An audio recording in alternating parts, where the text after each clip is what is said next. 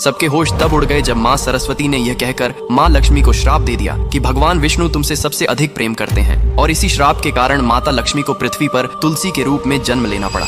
कहानी उस समय की है। वैकुंठ लोक में माँ सरस्वती, लक्ष्मी और गंगा देवियां में बहस हो गई कि तीनों देवियों में से भगवान विष्णु सबसे ज्यादा प्यार किसको करता है। क्योंकि सरस्वती ज्ञान, विद्या और कला की देवी थीं, लक्ष्मी धन, वैभव और समृद्धि की देवी, और गंगा पवित्रता, शांति और शुद्धता की थीं। भगवान विष्णु तीनों का समान आदर और सभी से समान प्रेम रखते थे। लेकिन तीनों देवियों के मन में यह प्रश्न उठने लगा कि संसार में सबसे अधिक महत्व किसका है, ज्ञान का, धन का या पवित्रता का। यह विचार धीरे धीरे बहस में बदल गया। नारद मुनि भी वहां पहुंचे और अपने स्वभाव के अनुसार अलग अलग दृष्टिकोण रखकर बहस को और गहरा कर दिया।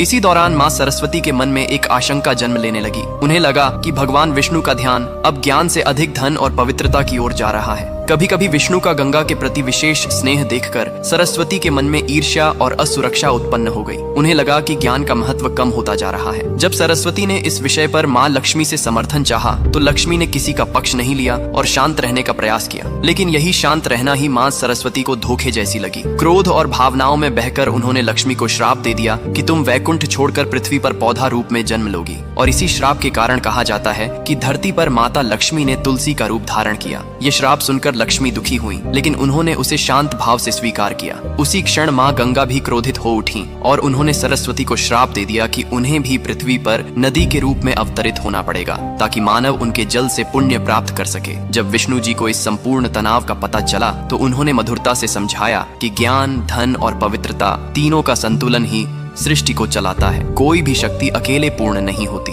धन और ज्ञान दोनों का मूल्य है, पर ज्ञान बिना धन का सही उपयोग नहीं कर सकता और धन बिना ज्ञान उपयोगी नहीं रहता। इसीलिए दोनों का संतुलन आवश्यक है। विष्णु ने लक्ष्मी को आश्वासन दिया कि पृथ्वी पर उनका तुलसी अवतार भी अत्यंत पवित्र और पूजनीय होगा, और सरस्वती व गंगा को भी उनके दिव्य उद्देश्य का बोध कराया। अगर आप मानते हैं कि जीवन में ज्ञान, धन और पवित्रता तीनों का संतुलन ही सच्ची सफलता है तो कमेंट में लिखिए जय श्री हरि विष्णु।